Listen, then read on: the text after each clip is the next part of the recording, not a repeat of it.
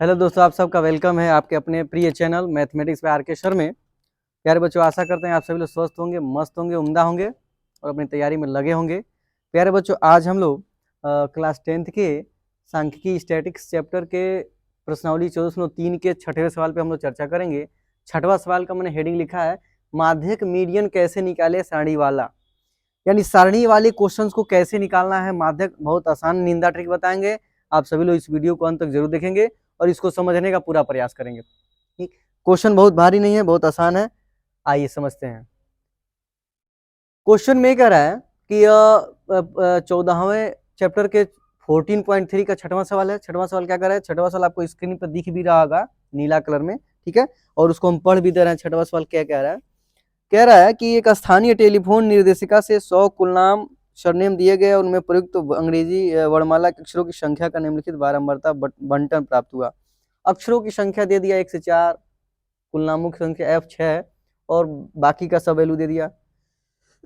अब आते हैं कैसे निकालेंगे और माध्यक इसका कैसे निकलेगा, ध्यान देते हैं। माध्यक में आपको कुछ ज्यादा नहीं करना है, एक अलग से कॉलम बनाना जिसका नाम है संचयी बारंबारता।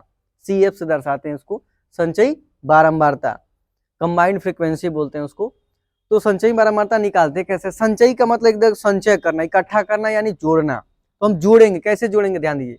यहाँ पे 6 दिया है तो 6 का हम 6 ही लिख देंगे, पहला लिख दिए। दूसरा 30 है तो 6 को हम 30 में जोड़ेंगे। क्या करेंगे? 6 को 30 में जोड़ेंगे। तो यहाँ पे हम लिख दे रहे हैं, आप डायरेक्ट भी जोड़ सकते हैं। 6 में 30 को जोड़ेंगे कितना हो जाएगा? 36 हो गया। फिर 36 में हम 40 को जोड़ेंगे तो यहाँ पे 36 हो गया और 40, 40 36 कितना हो जाएगा? 76 हो जाएगा आपका। फिर 76 में 16 जोड़िए तो 76 प्लस 16 बराबर कितना हो जाएगा? 6 6 12, 8 1 9 92 हो गया। क्लियर? ऐसे ही सब जोड़ते जाना है। फिर 4 को जोड़ेंगे तो 92 में हम कितना जोड़ेंगे? 4, तो 92 4 कितना हो जाएगा आपका? 96, और 96 में 4 जोड़ देंगे तो 96 4 कितना हो जाएगा? 100। यानी यही आपका हो गया टोटली 100। यही 100 को ही बोलते हैं एन। क्या बोलते हैं? एन।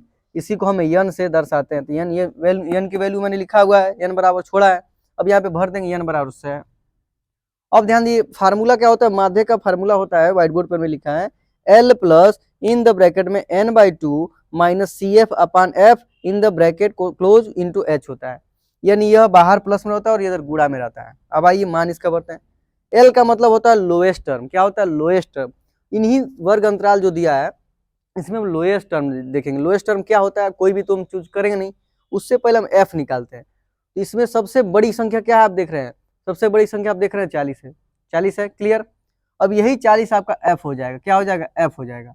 और इसी के सीध में वर्ग अंतराल में जो छोटी संख्या है, 7 आपका छोटा है, 10 बड़ा है, तो 7 ही हो जाएगा आपका क्या? L। तो यहाँ L का मान हो गया 7 और F का मान हो गया 40, भर दिए, यह निकल गया।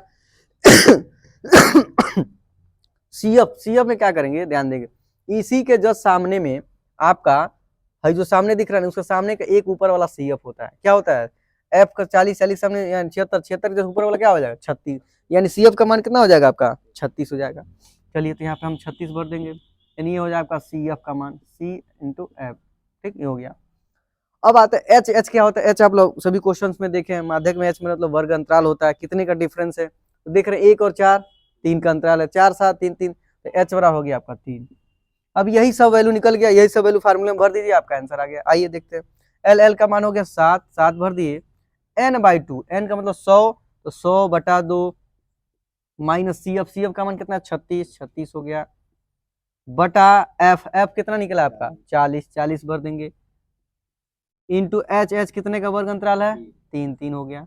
अब आइए इसको लगाइए, 7 प्लस 100/2 यानी 50 हो जाएगा, 50 माइनस 36 बटा हो गया आपका 40, बूढ़े हो जाएगा 3। अब इसको लगाइए, जगह कमी को उधर लगा रहे हैं। 50 में 36 गया, कितना हो जाएगा? 50 में 36 गया आपका 14 हो जाएगा। कितना हो जाएगा? 14/40, बूढ़े 3।